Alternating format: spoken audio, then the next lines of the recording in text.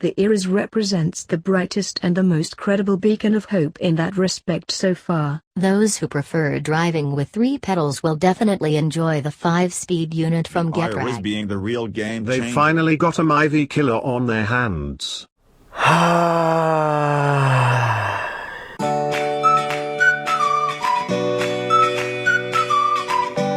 Now, this is a story of how Proton tried to turn his life upside down, but yet they failed to beat the Myvi, and I really gotta stop this crappy rap.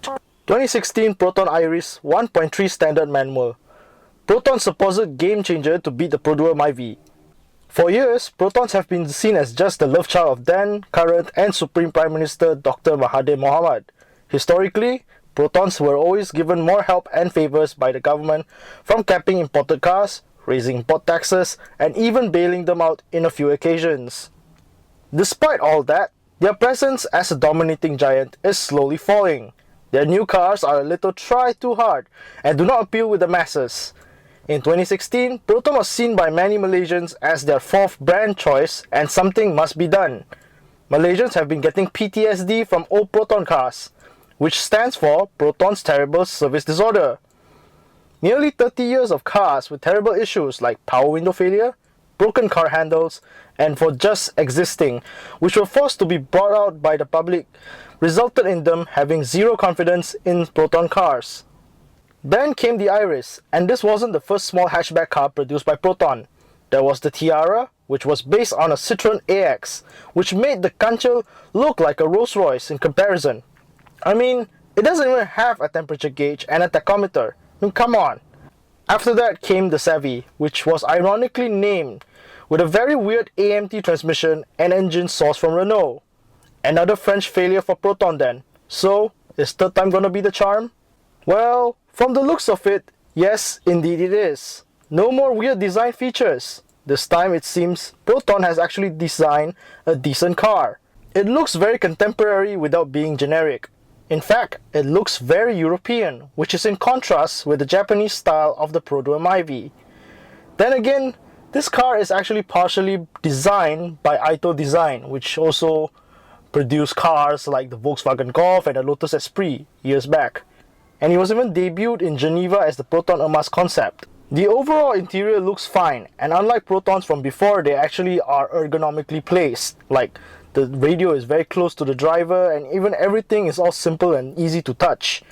But of course, the piece de resistance here is the Gearbox, which is a manual sourced from Getrag, a name that is synonymous with good gearboxes.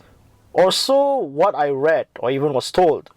Car reviewers pointed out that the problem with the Iriz was its gearbox, in particular the automatic, which was a punch CVT.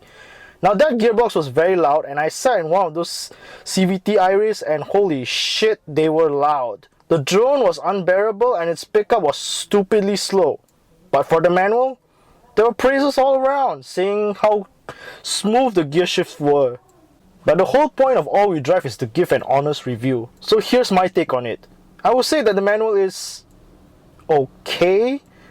Not to talk bad about it, but I was anticipating something good from this so-called magnificent gearbox. In the end, it just feels alright, I guess. The clutch is quite light, and the gear change is precise, even though the gear shifter does feel a little bit high. It's like I'm driving a truck. But then again, everything here is ergonomically placed.